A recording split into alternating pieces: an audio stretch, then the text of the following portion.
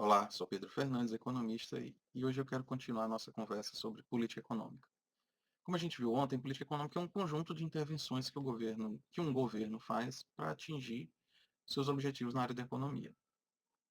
Dentre os objetivos possíveis de política econômica está o aumento de produtividade do trabalhador, ou seja, tornar o trabalhador daquele país mais produtivo, gerando mais renda por hora trabalhada. Então, quando a gente pensa em como aumentar essa produtividade, a gente lembra logo de educação, ou seja, a gente tem que tornar esse trabalhador mais capaz.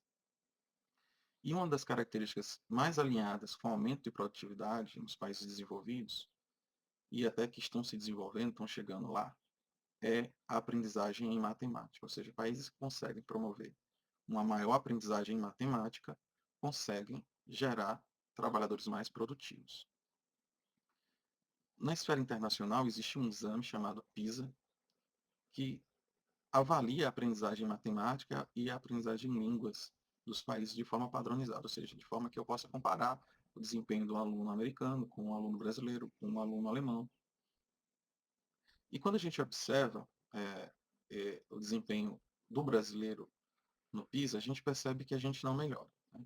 Em 2012, a nossa nota média em matemática foi 388. Em 2022, que foi o último exame, foi 378. Ou seja, a gente não só não melhorou, como teve uma pequena piora. Mas aí, não, talvez por causa da pandemia a gente teve essa piora, a gente estava melhorando. Não, as notas anteriores também foram menores do que a nota de 2012. Ou seja, durante um período de 10 anos, a gente passou por 3 governos, 3, 4 governos, e ainda assim o nosso sistema educacional não conseguiu produzir aprendizagem. Isso não é um problema de um governo específico, é um problema do governo brasileiro em si, né? Todos que chegam ao poder não conseguem transformar o sistema educacional, no sentido de fazer com que o gasto público se torne em aprendizagem.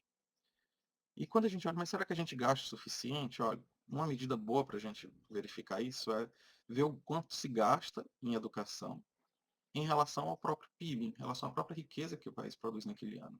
E quando a gente olha para essa medida, a gente percebe que o Brasil gasta mais ou menos o que os Estados Unidos gastam, o que a Alemanha gasta, o que países ricos gastam. Mas a gente não consegue transformar esse gasto em aprendizagem, ou seja, em habilidades. E se a gente não consegue dotar os nossos alunos, nossos estudantes de habilidades, a gente não consegue formar trabalhadores mais produtivos. Por outro lado, o número de pessoas com ensino médio aumentou nesse período de 2012 a 2022. Ou seja, nosso sistema produz títulos, produz certificados, mas não produz aprendizagem, que é o que leva a ganho de produtividade e, por consequência, a crescimento econômico sustentável.